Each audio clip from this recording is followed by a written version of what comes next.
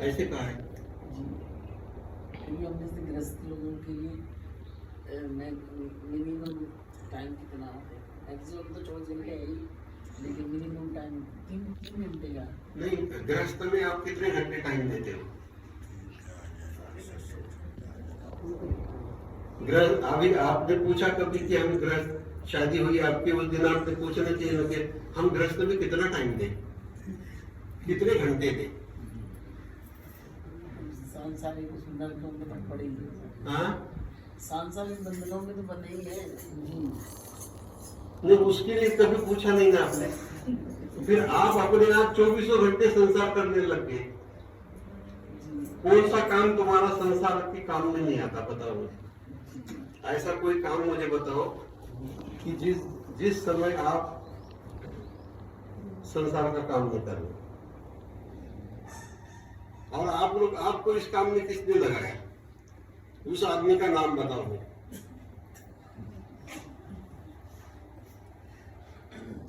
आपको सवेरे उठ के चाय पीने के लिए किसने कहा? ये भी सांसारिक काम है। आपको टाइम से भोजन करने को किसने कहा? बिना पूछे, बिना कुछ जाने उसका शास्त्र आप कर रहे हैं सारा काम। वो तो कहीं चलो भोजन का तो ये भूख लगती माता जी तो भूख लगती है तो भोजन करता है ना।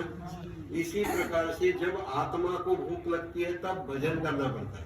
अच्छा, किसी ने बोला जैसे 3 घंटे तो जरूरी ही 2-3 घंटे तो ये तो सब नहीं करने वालों के लिए बताया है। ये भूख वालों की बात है, जितनी भूख लगे उतनी रोटी खाओ। कोई अब तुम्हारे लिए भूख का क्या है? बाजार चल दोगे, ठेला जैसे दिखाई देगा, गोलगप्पे खाने लगोगे। फिर आगे चाट का ठेला आएगा, चाट खाने लगोगे। फिर आगे कोई स्वीट मार्ट आया, वहां मिठाई की दुकान में घुस जाओगे। तो अपने से नहीं खाएगा तो चलो बच्चों के लिए ले चले। फिर आगे जाओगे, कपड़े की दुकान लगेगी, चलो जी पति के लिए कुछ कपड़े खरीदेंगे। तुम्हारे तो कुछ पूरा ही नहीं हो रहा है। तुमने कभी अपने आत्मा की भूख क्या है वो जाना? ये तो सब शरीर की भूख है तुम्हारी। कि जब वहां से चले थे गाजियाबाद से वहां खाया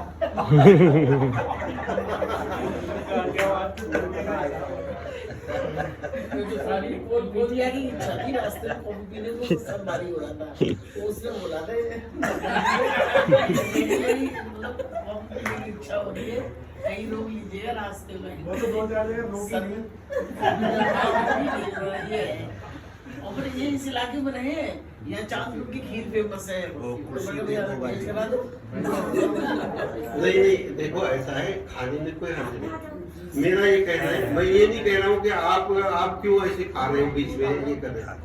हम अपने शरीर के देखभाल के लिए सब काम कर रहे हैं।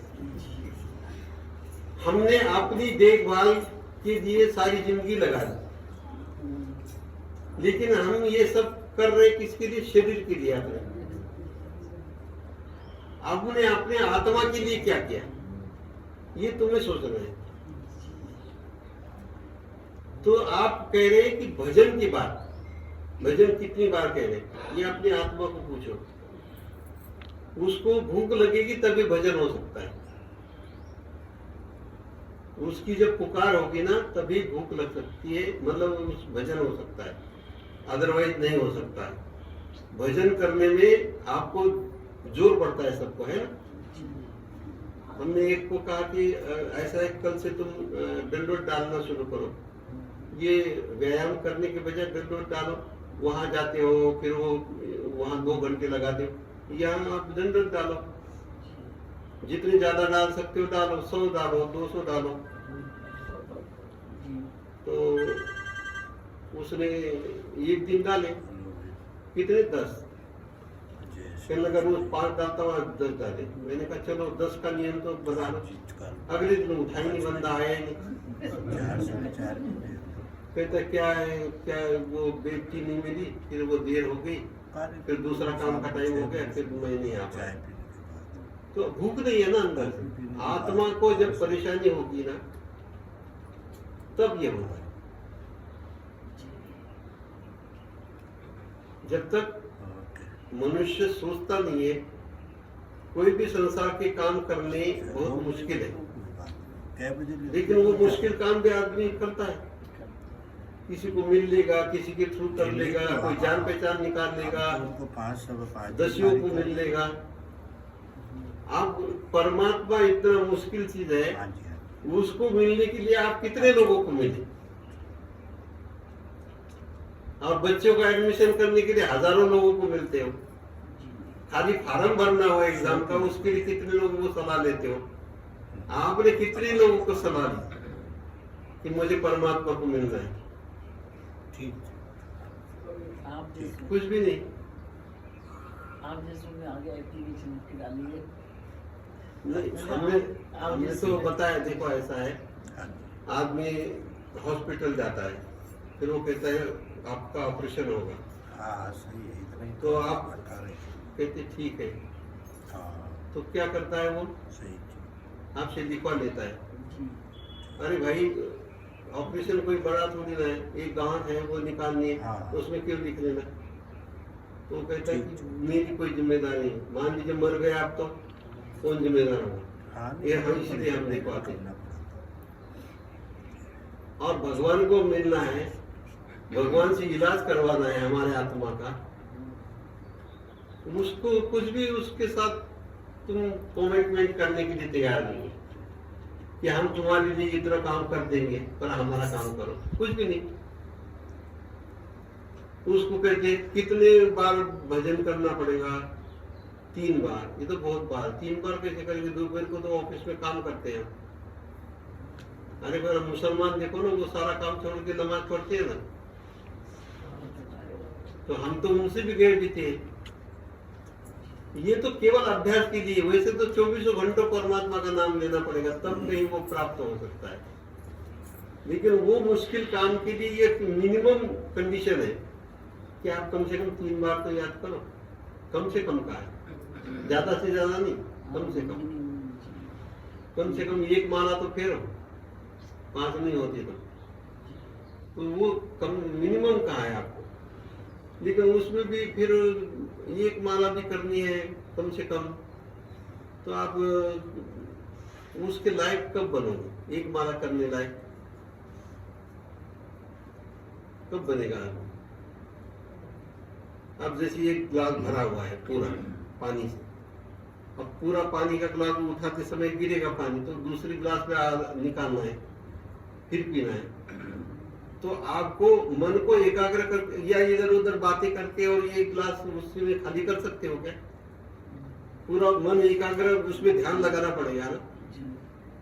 इसी प्रकार से चाहे आपको कुछ भी करना पड़े, थोड़ा 1 माला ही करनी है, तो उसको उतने ही ध्यान से एकाग्रता से करना पड़ेगा। अन्यथा वो पानी नीचे बिखरेगा, कुछ भी बेकार जाएगा। आप कह रहे हैं कि लेखी कितना लगेगा?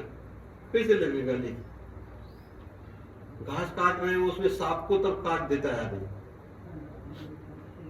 ऐसे ही है। कैसे होगा ध्यान? ध्यान तो केवल जब तक उस चीज में एकाग्र नहीं होगा मन, तब तक वो कार्य संपन्न नहीं हो सकता अच्छी तरह से। कुछ नीचे गिरेगा, कुछ आएगा पीने में, पूरी तरह से नहीं होगा। इसलिए जब तक मन एकाग्र, तत्रैकाग्रम मनः कृत्वा यत् तेन्द्रिय क्रिया उपविश्यासने द्युगमात्म विशुद्ध है।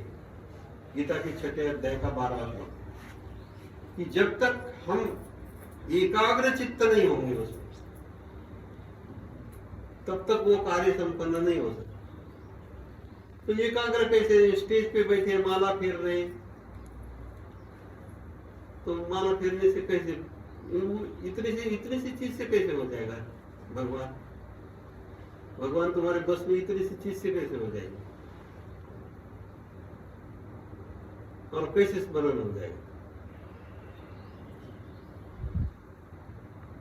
उसके लिए सब कुछ न्यौछावर करना पड़ता है। तो जब जैसे ऑपरेशन करना पड़ता है, तो क्या करना पड़ता है? वो हॉस्पिटल में जब एडमिशन देते हैं, एडमिट करते हैं, तब आपके कपड़े उतार देते हैं सारे, उनके अपने कपड़े पहनाते हैं। क्या जरूरत है भाई? उन्होंने पूछा क्या जरूरत है कपड़े बदलने की? ऑपरेशन तो मैंने हमारे शरीर का करना है, कपड़ों का थोड़ी करना है।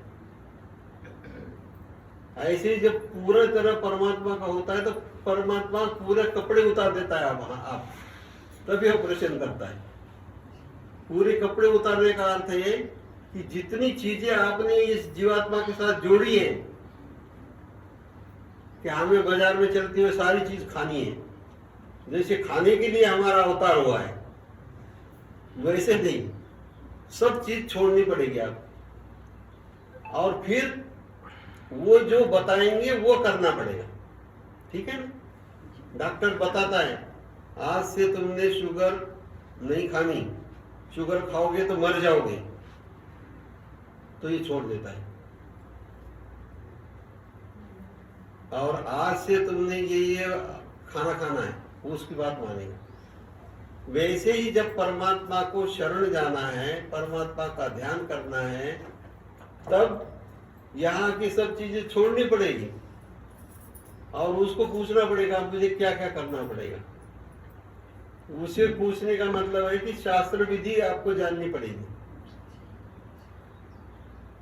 शास्त्र विधि जाननी पड़ेगी कि मुझे प्रभु से भोग लगाना है, परमात्मा को कैसे स्वीकार करेंगे प्रभु, उसके जो नियम है वो शास्त्र में ढूंढने पड़ेंगे। ये थोड़ी कि सारी चीज आपको एकदम उपलब्ध हो जाएगी, हर चीज का एक प्रोसेस होता है। जैसे किताब है, किताब उसको छेद करना है, धागा बांधने के छेद करना है, ऊपर से छेद करोगे नीचे से वो सुई निकलेगी तो हो जाएगा, लेकिन उसको हर पन्ने से गुजरना पड़ता है। जब वो हर पन्ने से सुई नहीं गुजरेगी तो उसको गिठान नहीं लगा सकते आप, वो बांध नहीं सकते। इसी प्रकार से परमात्मा को मिलने के लिए हर पृष्ठ से, हर चीज से गुजरना पड़ेगा आपको, हर चीज से। यह नहीं कि एक छूट जाएगी तो काम हो जाएगा। तो ये माला वगैरह ये प्राथमिक चीजें हैं। आप बच्चे को स्कूल में डालते हो तो पहले एक स्लेट देते थे उसको जिसमें गोटियां लाल पीली लगी होती थी, है ना? और आधी स्लेट में कुछ लिखने के लिए जगह होती है। तो फिर वो पहले तो उसको किस चीज का ज्ञान कराते हैं हम? हाँ, पहले कलर, सबसे पहले कलर को पहचानता है बच्चा। हम कहेंगे लाल गोटी इधर से उधर करो तो वो लाल गोटी करता है, पीली करो पीली करता है। उसके बाद हम उसको गिनती सिखाते हैं, कितनी गोटियां इधर कर दी, एक करेगा तो बोलते हैं इसको एक बोलते हैं, 1 2 3। यानी हम रंग से गोटी की पहचान कराई, गोटी से हमने अंक की पहचान कराई, अंक से हमने उसके पास स्लेट दी और उसको कहा कि आप ये ऐसे लिखो, एक को ऐसे लिखा जाता है। तो वो जो एक का अंक है वो किसको इंडिकेट कर रहा है? गोटी को और कलर को। यानी एक कहने पर बच्चे को कहेंगे तुम क्या समझे बेटे, तो कहेगा कि एक गोटी ये लाल वाली इधर करे। यानी उसको दो चीजें, एक चीज से दो चीजें ध्यान में आ गई। तुम्हें एक क्रिया से अनंत क्रियाओं को ध्यान में रखना है। उस बच्चे के समान एक क्रिया करने से अनंत क्रियाओं को याद रखता है। जैसे हिंसा करनी है तो ये नहीं कि काकरोच मारने की हिंसा है, खाना बनाते समय भी ये ध्यान रखना है कि कितने कम से कम हिंसा हो। और इस हिंसा से माफी तब होगी जब हम वो भोजन सबसे पहले बड़ों को देंगे या भगवान को देंगे, भगवान स्वीकार करेंगे। ठीक है ना? बाहर से कोई पेपर आया, क्या पेपर है आपने देखा नहीं, लेकिन आप किसके पास देंगे? उसके ऊपर किसका नाम होगा? बड़े आदमी का ना। छोटा आदमी पकड़ेगा तब भी वो उसको जाके पकड़ाएगा, तो वो उसके लिए जिम्मेदार है। इसीलिए हम छोटी चीजों कुछ हो, किसका नाम होगा? परमात्मा का। यदि हम परमात्मा के होंगे, हम यदि परमात्मा की शरण में जाते हैं तो आप छोटा काम करो या बड़ा काम करो, उसका जिम्मेवार कौन होगा? परमात्मा होगा। ठीक है ना? आपका बच्चा कुछ भी काम करता है, वो बाहर किसी को मार के आता है, वो क्या कहता है? तुम्हारे माँ बाप ने तुम्हें यही सिखाया? उसको नहीं कहते कि तू ये कहाँ से सीख के आया, तुम्हारे माँ बाप ने यही सिखाया। वैसे हम सन्यासी कोई गलती करे, तुम्हारे धर्म में ऐसे होता है, ऐसे कहते हैं ना? जी। कौन जिम्मेदार है? नहीं, परमात्मा। परमात्मा। इसीलिए आप जो क्रिया कर रहे हैं, वो क्रिया यदि शास्त्र विधि के अनुसार करें तो उसका जिम्मेदार परमात्मा है। परमात्मा को ये पता है कि मेरा शिष्य जो है वो एक्सपर्ट है, वो कोई गलती नहीं करेगा। भगवान नागदेवाचार्य को क्या कहते हैं? भाई हाँ ये चीज बोले की, हम जो कहेंगे वही ये बोलेगा, दूसरा नहीं बोलेगा। इतना उनको स्वाभिमान है आपके ऊपर, उस भगवान को आपके ऊपर स्वाभिमान है। और फिर आप यदि गलती करेंगे, सजा भगवान को मिलनी चाहिए ना?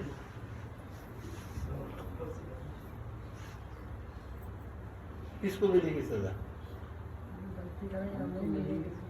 तो आप ही जिम्मेदार है ना। इसीलिए आपके जिम्मेदार आप ही होते हो। इसलिए हमें सुधरना चाहिए, हमें अपनी गलतियों को ठीक करना चाहिए। हमें यदि अनजाने से गलती हो जाए तो उसके लिए माफी तो दे देंगे भगवान, पर आपको शास्त्र विधि के अनुसार काम करना है। जहां भी शास्त्र विधि की गलती होगी वहां आपको माफ नहीं किया जाएगा। जैसे बच्चा है, गलती करता है, छोटी मोटी मारपीट करता है, और उसके बाद में माँ बाप आते हैं, उसके भी माँ बाप आते हैं, उनका झगड़ा हो जाता है। बच्चे का झगड़ा बच्चों में यदि हो रहा है तो माँ बाप निपटा सकते हैं, लेकिन माँ बाप का झगड़ा हो फिर पुलिस में जाना पड़ता है। इसलिए ये झगड़ा बड़ों तक न जाए, भगवान तक न जाए, आपके यहाँ आप निपटा दो तो सबसे अच्छा है। कोई भी छोटी बात होती है उसको स्वयं आप संभालो।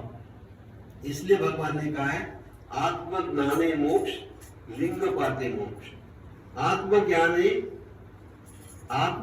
मोक्ष। आत्मज्ञानी यानी अपने आत्मा के बारे में जब ज्ञान हो जाएगा तब आपको मोक्ष होगा। अब अपने आत्मा के बारे में ज्ञान कैसे होगा? अपने आत्मा के बारे में हमें ज्ञान कैसे होगा? तो हमें आप जो काम कर रहे हैं इसका ज्ञान आपको होता है। आप जो भी काम करते हैं यही सोच के करते हैं कि हम बिल्कुल सही कर रहे हैं।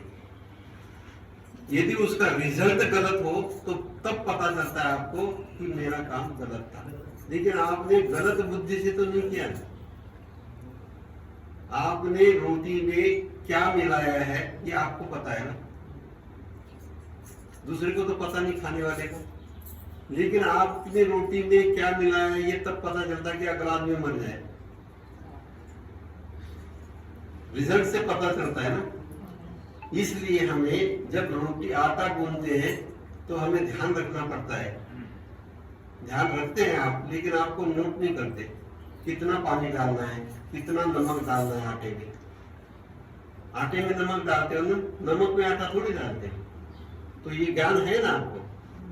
तो ये होता है ज्ञान पूर्वक कर्म, ठीक है ना। एक होता है ज्ञान पूर्वक कर्म और एक होता है अज्ञान पूर्वक कर्म।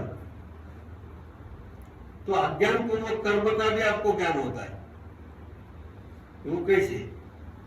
एक माता अपने बच्चे को बुखार हो गया, वो डॉक्टर के पास ले गई। डॉक्टर के पास ले गई, डॉक्टर ने कहा चेकअप करा, और उसने सोचा हमेशा की तरह अपने 2-3 दिन की दवाई लिखेगा, कहेगा ये ले लो बुखार ठीक हो जाएगा। उसने लिखने के बजाय कहा थोड़ी देर रुको, बाद में देखता हूँ। माता को चिंता हो गई, भाई क्या हो गया, ये तो हमेशा दवाई लिख के देते हैं और फिर छुट्टी कर देते हैं। तो ये बाद में मिले डॉक्टर को, उन्होंने कहा कि अंदर लिटाओ, ठीक से मुझे चेक करना पड़ेगा। फिर कहा ये चेकअप करवा के ये टेस्ट करके लाओ। तो चिंता में पड़ गई, माता तो रोने लग गई, तो ये टेस्ट लिखे मतलब कोई इसको भयानक बीमारी है, वो रोने लग गई।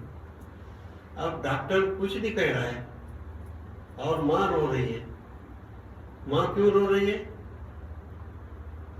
माँ को ज्यादा पता है, डॉक्टरी सीखी नहीं है, लेकिन उसको ज्यादा पता है कि कोई इसको भयानक बीमारी हो गई जो आसानी से ठीक नहीं हो रही है, नहीं तो डॉक्टर छुट्टी कर देता। यानी अज्ञान को भी एक ज्ञान होता है, समझ गए ना?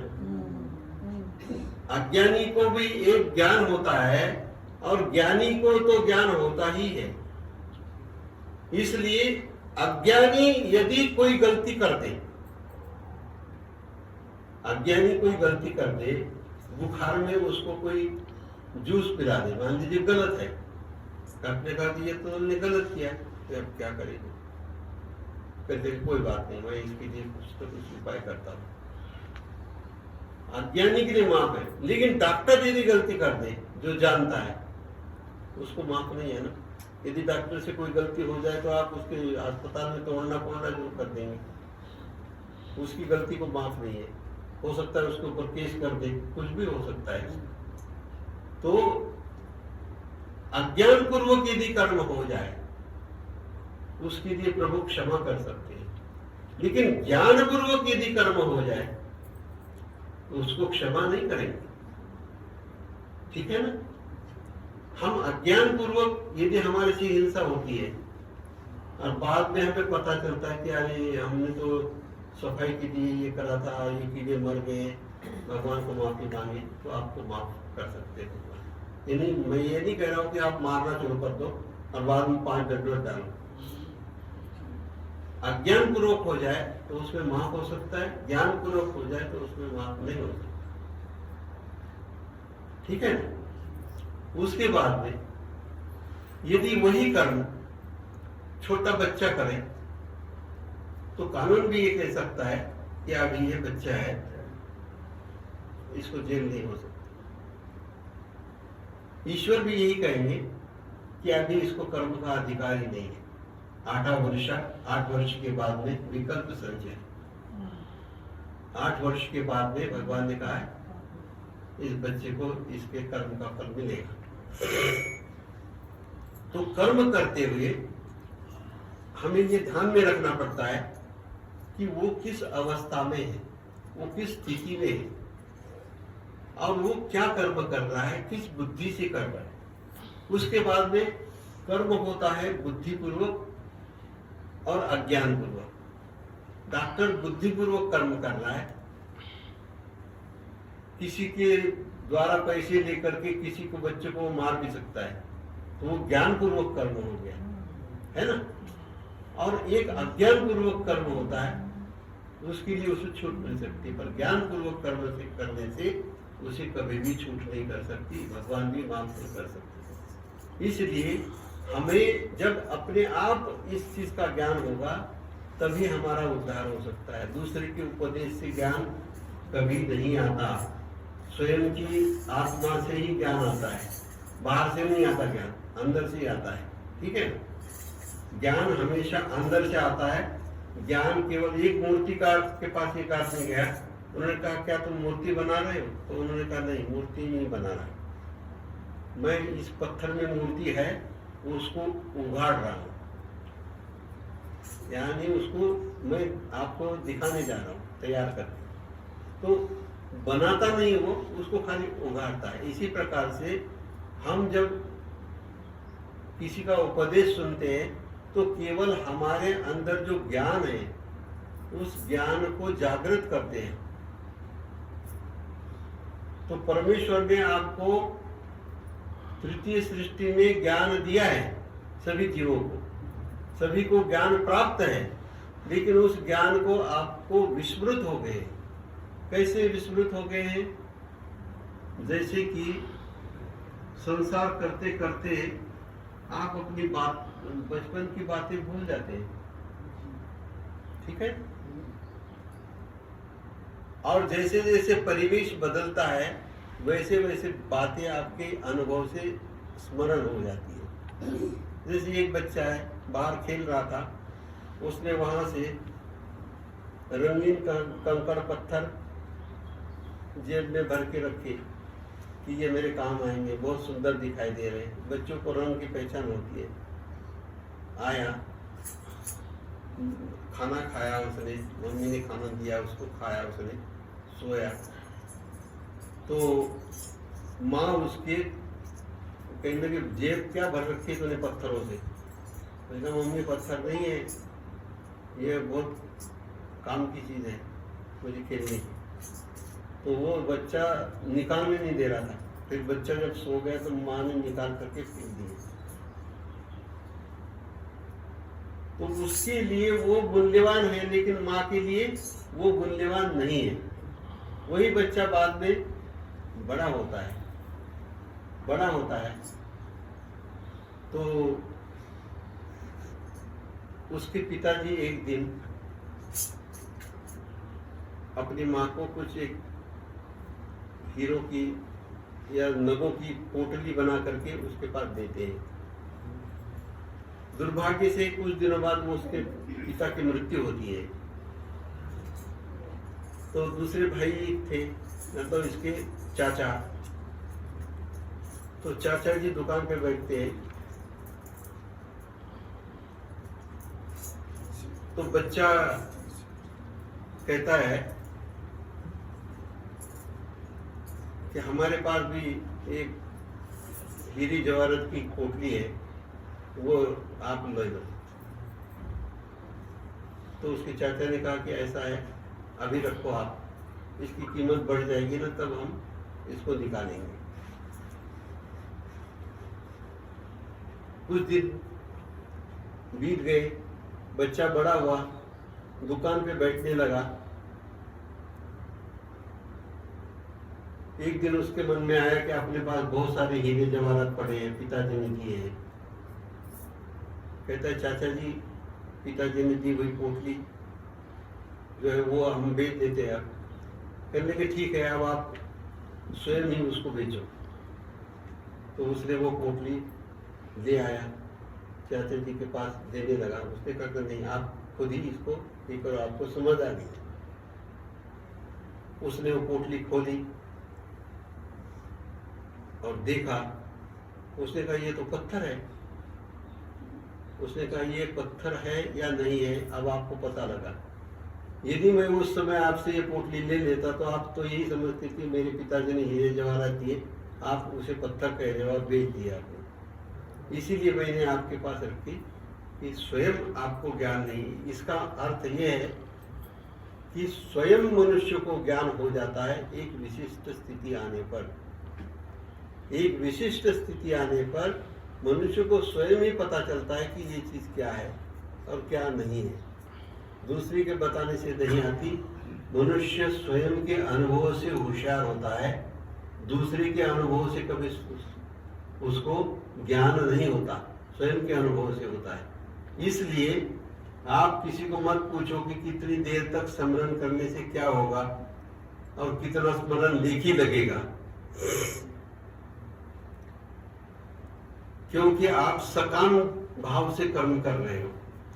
सकाम भाव का कोई भगवान से व्यापार यदि करता है तो भगवान को खंती आती है, गुस्सा होते हैं, उदास होते हैं भगवान कि इसको इतना भी ज्ञान नहीं है कि ये सकाम भाव से आज भी भक्ति कर रहा है, भक्ति करके ये संसारी चीजें ही मांग रहा है। ठीक है, जितनी भी सकाम भक्ति होती है ये इसलिए होती है कि हमें इसके बदले में कुछ मिले। नैष्कर्म्यम सिद्धिम परमाम सन्यासी नाधिगच्छति। जब तक मनुष्य निष्काम कर्म के ऊपर पहुंचता नहीं है तब तक उसे कभी भी शांति प्राप्त नहीं हो सकती। ठीक है, इसलिए तुम किसी महात्मा को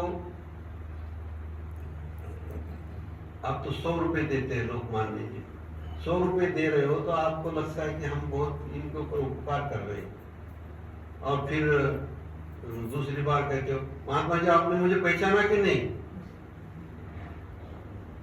अब 100 रुपए के लिए मुझे याद रखना पड़ेगा कि आप कहाँ पे रहते हो, कहाँ पे रहते हो, कहाँ मिले थे।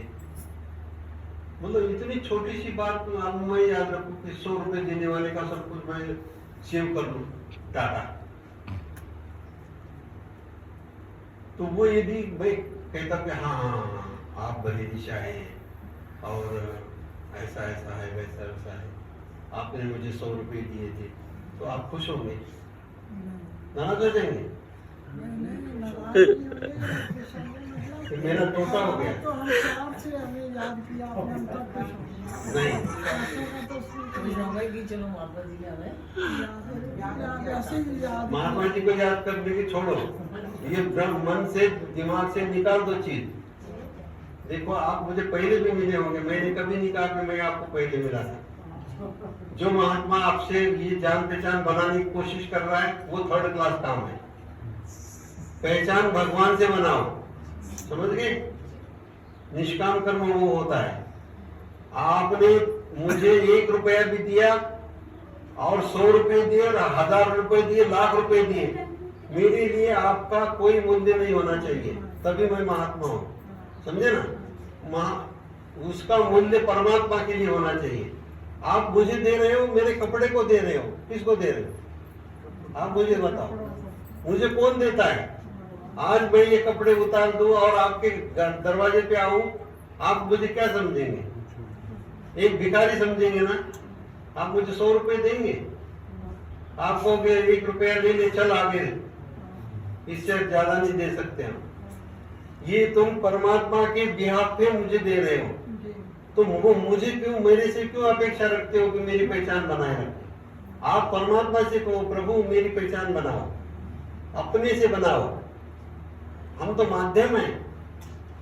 इसलिए मन से ये बात निकाल दो, जो महात्मा पहचान बनाएगा वो सांसारिक है, परमार्थिक नहीं है। हमें आपसे कुछ लेना देना नहीं है, हमें आप नहीं दे रहे हो, आप प्रभु को दे रहे हो। ये भाव तुम्हारे अंदर होना चाहिए, तभी आपके अंदर निष्काम भाव बुद्धि आएगी, अन्यथा निष्काम भाव की बुद्धि नहीं होगी। हम आपको बता रहे हैं आपकी लड़की की शादी होगी, चलो महात्मा जी बहुत अच्छे हैं, दो उनको 100 रुपए। तो आपने न परमात्मा को दिए न महात्मा को दिए, वो आपका काम कर रहा है इसलिए आपने दिए पैसे। ये तो व्यापार हो गया, लेन देन हो गया। मैं आपके कुछ काम नहीं आता तो आप मुझे कुछ नहीं देंगे, सीधा सा हिसाब। कौन देता है? तो हमेशा स्मरण रखो, जो काम करना है हमने, हम केवल इसके माध्यम हैं। हम भगवान को बीड़ा चढ़ाते हैं तो सबका हाथ लगाते हैं। अब सबका हाथ लगा के क्या करोगे? अरे सबका हाथ लगाने से क्या हो जाएगा? उन्हें पता लग जाएगा कि इन्होंने बहुत सारे फल लाए हैं, ये होगा वो होगा, इससे और तो नहीं पता आपको क्या होगा। जिसको भी आप बीड़ा ला रहे हो, किस भाव से ला रहे हो, कितना ला रहे हो, ये तो प्रभु को पता है ना, हमें क्या पता है? हमें तो ये बहुत सारे फल दिखाई दे रहे हैं, लेकिन आपने तो जो फ्री में से लाए हैं, जो खराब है, बच्चों के काम नहीं आते, वही लाए हैं। ये तो प्रभु जानता है किस भाव से लाए। इसलिए कितने भी लोगों का जो हम हाथ लगाते हैं, उसके पीछे दूसरा एक दार्शनिक तत्व है, वो तुम नहीं जानते हो, वो तो दूसरा कर रहा है, इसलिए हम कर रहे हैं ना? क्या आपको पता है? क्यों लगाते हो थाली को हाथ, बताओ? मतलब किसी का भी भगवान सुन ले, पुकार हमारी नहीं सुनते, किसी और की जो हाथ लगाए। जब आपकी नहीं सुन रहा तो दूसरे की क्या सुनेगा? आपसे बड़ा है क्या छोटा है वो? अब इतने से बच्चे का हाथ लगा रहे हैं, उसको पता ही नहीं कुछ भी, वो देखता है कि थाली में टॉफी कहाँ रखी है। हर एक आदमी अपने मतलब का देखेगा। आप मुझे ये चीज दे रहे हो तो किसको दे रहे हो? तुम्हें पता है कि ये महात्मा जी क्या करेंगे, ज्यादा टावेल हो जाएंगे तो बेच देंगे, मेरे थोड़ी काम आएंगे। हमें तो निष्काम भाव से देना है। तुम्हारा काम होता है तुम लंगर करते हो, तुम्हारा काम नहीं होता तुम नहीं करते लंगर। और क्या है, हम आपके घर पहुंचेंगे तो आपको मजबूरीन दान देना पड़ेगा, चाय पिलानी पड़ेगी। वो कोई दान हो गया क्या? वो तो मजबूरी का नाम महात्मा गांधी। अरे देशे काले च पात्रे च तद्दानम सात्विकम सुरतम। देश काल और पात्र देख करके जब दान होता है तब देश देखना पड़ेगा, काल देखना पड़ेगा, पात्र देखना पड़ेगा। हजारों लोगों को दान करने के बाद भी आपका दान पहुंचता है कि नहीं पहुंचता ये तो तुम भी नहीं जानते, ना मैं जानता हूं। तो जब दान आप कितने भी लोगों को कर रहे हैं, लेकिन दान ईश्वर को स्वीकार कब होता है? जब ज्ञानी महात्मा हो, ईश्वर के बारे में जानता हो और उसके मन में आए प्रभु अब मुझे भूख लगी है। भगवान अपने आप सहयोग बनाते हैं और कोई जाने वाला देता है। वो होता है निष्काम कर्म। निष्काम कर्म समझते हो? समझते हो क्या? कौन सा निष्काम कर्म किया आज तक आपने? बताओ।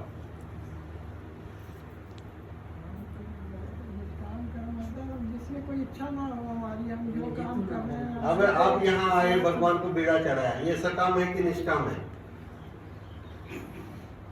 हमारे निष्काम सोचते हैं, हमारे से क्रिया। तुम्हारे सोचने से निष्काम कैसे हो जाएगा? हम कुछ सोचते नहीं। श्याम महात्मा जी तो कहते संकल्प डालते थे, बोलते थे ये निष्काम दान। बोलने से निष्काम कैसे हो जाएगा? अरे करने से होता है। बोलने से हो जाएगा मैं आपसे बहुत प्यार करता हूं, हो जाएगा बोलने से प्यार? जितने दुख दूर किए हमने, बताओ आपसे प्यार करके। बोलने से कभी काम होता है क्या? चलो जब हम आपको टॉफी देते, 5 स्टार देते, 3 स्टार देते, मिठास आ गई उसके मुंह में। बोलने से नहीं होगा, करने से होगा। इसलिए कर्म 3 प्रकार का है, काया, वाचा और मनसा। इसलिए केवल संकल्प से नहीं होता। निष्काम कर्म बहुत मुश्किल है, और जब तक आप निष्काम कर्म नहीं करोगे तब तक ईश्वर को प्राप्त नहीं होगा। इसलिए तुम कितनी भी माला फेरो, तुम कहते हो हमने बहुत माला दे दी, बहुत लंगर किए, बहुत दान किया, लेकिन काम ही नहीं हो रहा हमारा। काम नहीं होगा। काम इसीलिए नहीं होगा कि आपकी पद्धति, आपकी प्रोसेस जो है वो सही नहीं है, आपकी कामना उसके पीछे सही नहीं है, सही कामना हो। तो दान के बारे में ये हो कि अंतःकरण से भाव होना चाहिए। एक आदमी था, उसकी पत्नी रोज कहती थी अरे मंदिर जाओ, मंदिर जाओ, कभी तो मंदिर जाया करो। वो कहता था क्या होगा मंदिर जाने से, तू ही रोज जाती है, क्या हो गया? ना हमारी दरिद्रता दूर हुई, ना हमारा मकान बना, ना हमारी बच्चे की शादी हो रही, सारी जिंदगी मंदिर जाती रही, उल्टा खर्चा करवाती रही, कुछ हुआ तो नहीं। तो फिर लगा अरे एक बार तो जब बेचारा गया,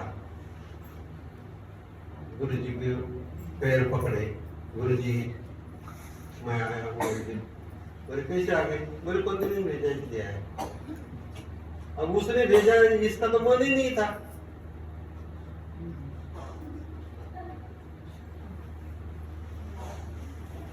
तो बोले अरे चलो ठीक है, अब एक कम से कम अब तुम आ ही गए तो कुछ पुण्य का काम करो, गंगा जी नहाओ। और वो बड़ा कंजूस, धन्यवाद।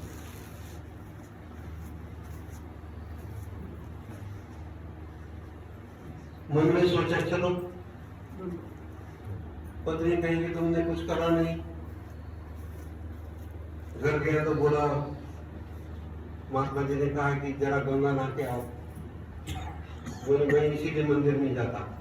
अरे बोले गंगा नहाने के लिए तुम्हें कुछ देना थोड़ी है, क्यों परेशान हो रहे हो? जाओ एक बार नहाओ, ये आ रही 2 किलोमीटर से गंगा।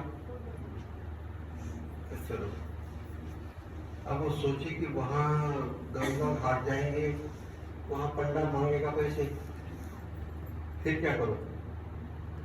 उसने कहा मुर्दा घाट जाता हूं, वहां कुछ देना नहीं पड़ेगा। वो गया मुर्दा घाट, बिल्कुल खाली पड़ा था। ठीक है, कोई नहीं है। गया, कपड़े उतारे, डुबकी लगाई गंगा में। भगवान को क्या सूझी, पीछे से खड़े हो गए। कहने लगे पंडा, आंखें खोल देखा तो खड़े भगवान पंडा के रूप में। कहने लगे अरे कुछ दान तो करो। दान? दान नहीं। अरे बोले कुछ 1500 रुपए, कुछ दान। 1500? 1 रुपया नहीं दान करूंगा। कहने के भक्त भी बड़ा खतरनाक मिला है। भगवान ने कहा कि अरे भैया कम से कम 1 ढेला तो दान करो। नहीं, मेरे पास कुछ नहीं, मैं नहीं दान करता। अरे तेरे पास कुछ नहीं तो कोई उधार सही, उधार। तो बोले आप कैसे 15 छोटे लेने कोई तो लाए थे। तो कहना कि ठीक है, देंगे कभी 1 ढेला।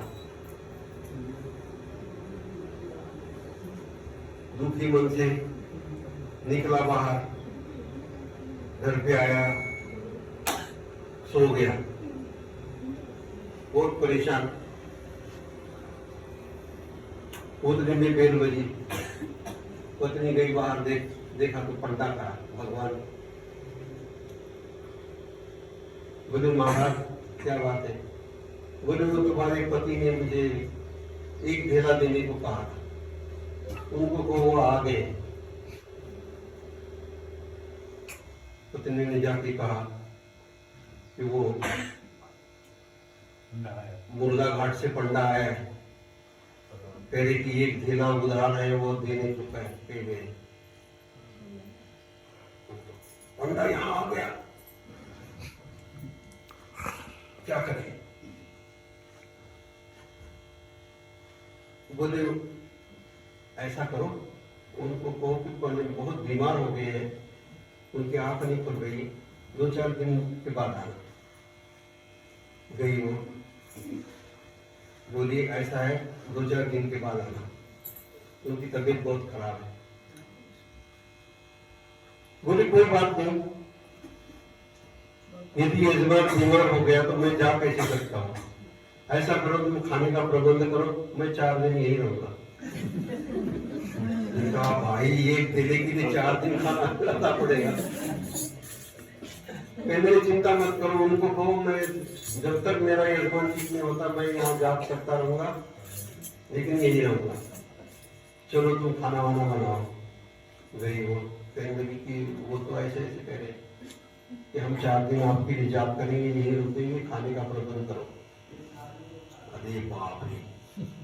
उसने कहा कि ऐसे करो, उनको को मर गया।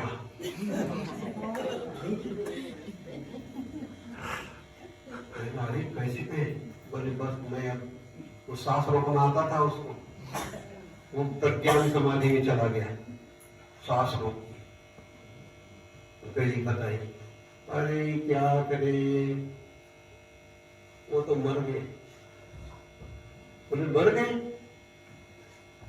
वो मर गए। बोले अब तो जाओ। बोले अब तो जा ही नहीं सकता मैं, जब तक उनका क्रियाक्रम नहीं होता मैं कैसे जाऊं? मेरा यजमान मर जाए और मैं चला जाऊं। आई बताई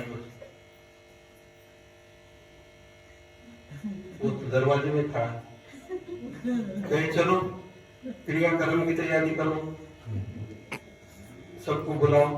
वही खुद गया, सारे गांव के लोगों को बुला के लाया, फलानी यजमान हमारे मर गए हैं, चलो।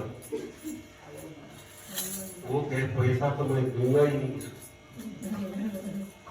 उसको तिरकी पे बांधा, बंद गया, पैसा नहीं देना। ले गए शमशान घाट, वहां पे वो मटका फोड़ते हैं, वहां पे वो करवाया उससे, बच्चे से, और भगवान उसके पास भेज। बोले अरे अब तो दे दो एक पैसा। उसने कहा भाई कम से कम अब तो तू छोड़ दे मुझे पैसे से, अब कोई जलने को मरने को तैयार हूँ, मैं नहीं दूंगा। कहा कि ठीक है, भक्त से ऐसा मिला कि एक ढेला भी देने को तैयार है। मैंने ढेला दिया, ढेला छोड़ दिया भगवान। तो ऐसे जो दान होता है, यह दान क्लेश पूर्वक होता है, इसलिए तामसी दान होता है। तो हमें सत्व से दान देना है, सात्विक बुद्धि से देना है, घर के सब लोगों का संतोष हो। तो एक धार्मिक है, दूसरा धार्मिक नहीं है, उसको दुखी करके यदि तुम दान दोगे तो ऐसी दुर्गति होगी, वो तामसी दान होगा। इसलिए गीता के 16वें अध्याय में विस्तार से इस बात को बताया है कि दान भी सात्विक, राजसिक और तामसिक होता है। हमें सात्विक दान करना है। कैसे होता है सात्विक दान? निष्काम भाव से कोई क्रिया हमारा निष्काम भाव तो बाद में होगा, पर दान सात्विक कैसे होगा? शुद्ध कमाई का। शुद्ध कमाई होनी चाहिए और मतलब कोई अब इच्छा नहीं होनी चाहिए। हाँ, तो जिसे पैसे चुरा करके करते हो ऐसे तो नहीं करते। पहले बताया मैं नहीं, बेटे से उनको कहा कि उन्होंने कहा भैया मेरे पैसे मुझे 100 रुपए कम हो गए। तो हमें नहीं पता, तुम्हारे कहीं गिनती में कम ज्यादा हो गए होंगे, हमें क्या पता। और निकाल दिए 100 रुपए। मैं बता रहा हूँ, आपने किया ऐसे नहीं कह रहा हूँ, ऐसे बता रहा हूँ। सात्विक दान कौन सा होगा? जो मियाँ बीवी अपनी खुशी से करे, ठीक है ना। महात्मा जी कह रहे मैंने किसी को संन्यास देना है तो मुझे दान चाहिए 1 लाख रुपए, दे दो क्या? भाई मैंने थोड़ी कहा था किसी को संन्यास दो। तो ये सात्विक नहीं होता था, ऐसा मांगा हुआ। क्या करें महात्मा जी, सामने वाला मतलब मैं वर्किंग नहीं, मैं अपना ही बता रही हूँ।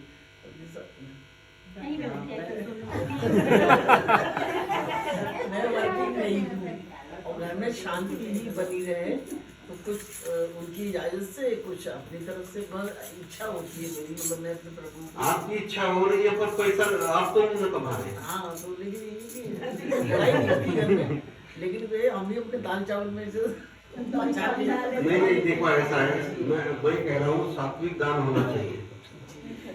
सात्विक दान कौन सा होता है ये आपको पता तो होना चाहिए। आपको राशन के लिए 1000 रुपए दिए, आपने 800 का राशन लाया, पति को बताया 1000 रुपए का लाए, 200 रुपए दान के लिए निकाले, तो ये सात्विक होंगे क्या? ये समझ लो बात को, ये कभी भी सात्विक नहीं होंगे। ये चोरी करी है तुमने, पहले बताया मैंने कि चोरी होती है वो। जब तक जो कमा रहा है वो अपनी स्वेच्छा से कहेगा ये लो, ये 5000 रुपए दे रहा हूं, तुम राशन लाओ, तुम जो मर्जी करो, तो फ्री हो गया।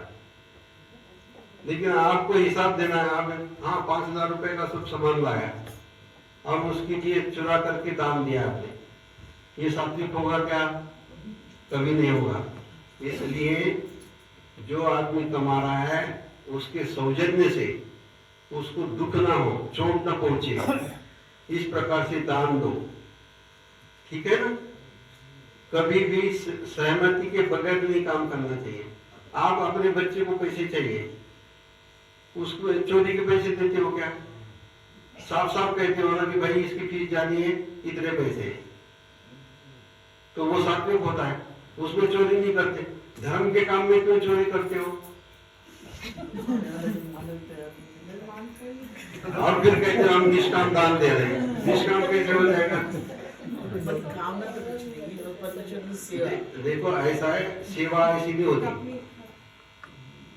सेवा ऐसी नहीं होती। एक आदमी अपने गुरु की सेवा कर रहा था, पैर दबा रहा था, पैर दबाए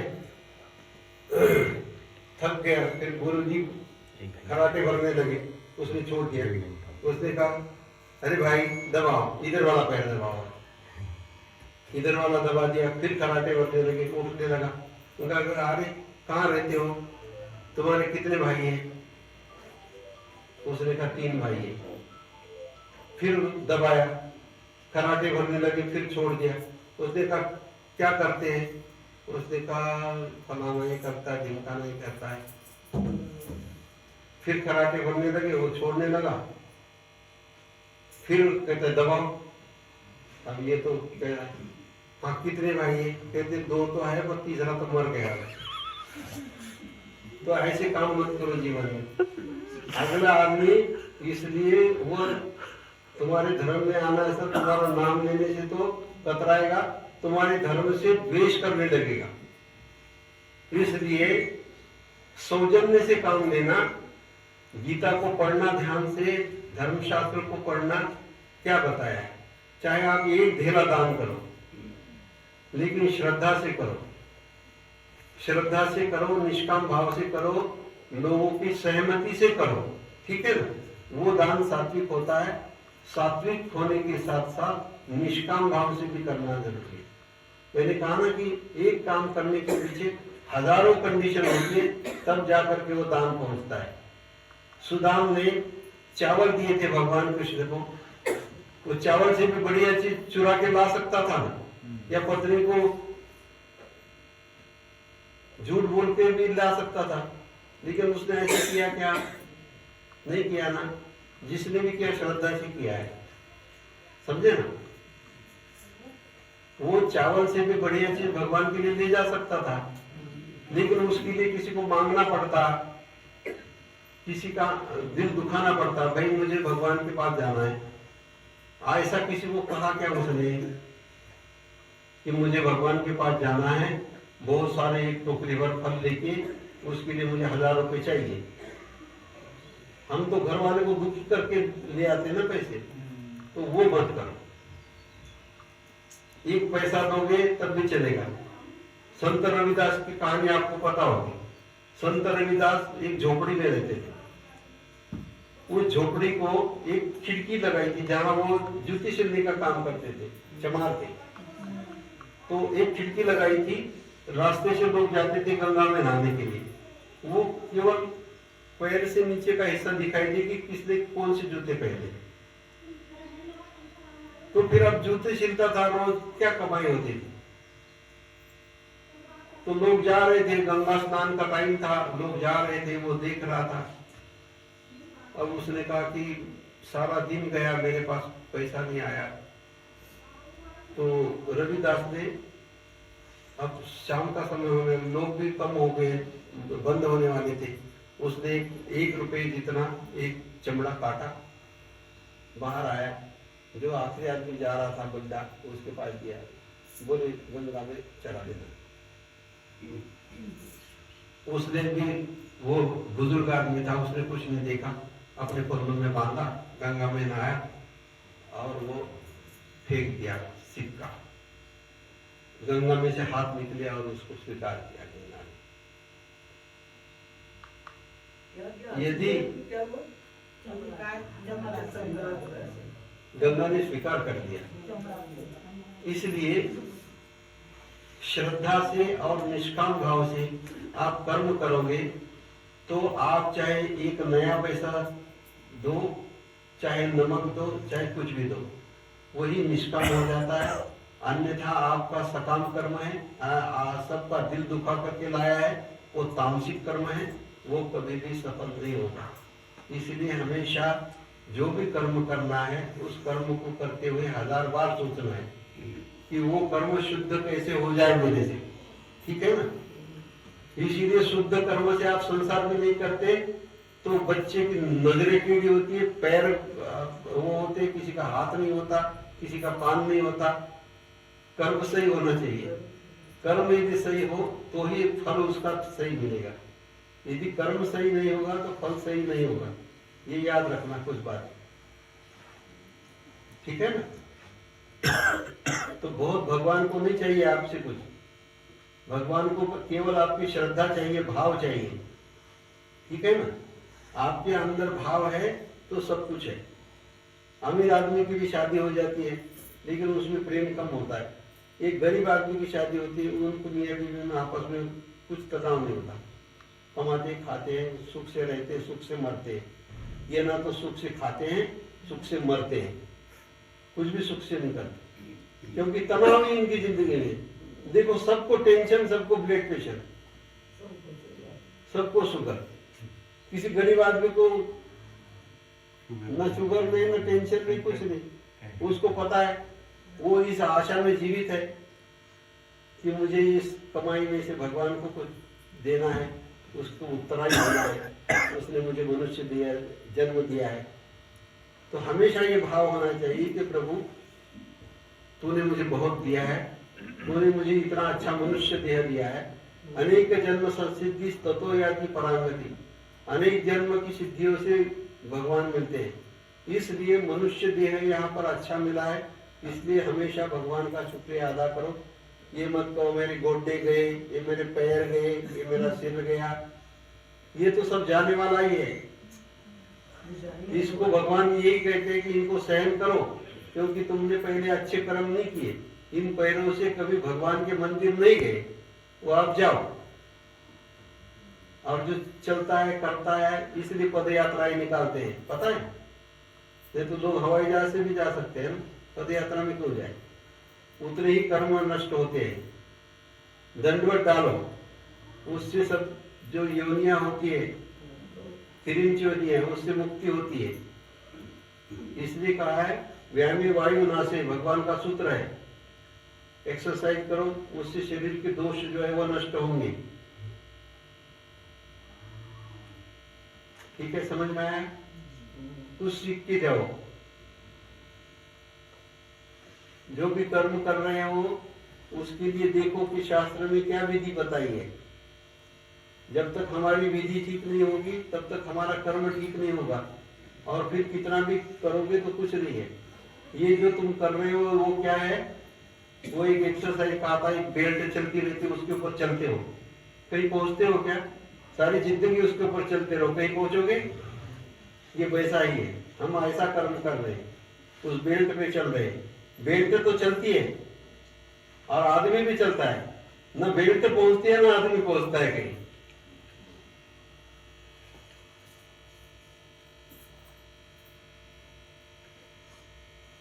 बोली कृष्ण भगवान की जय।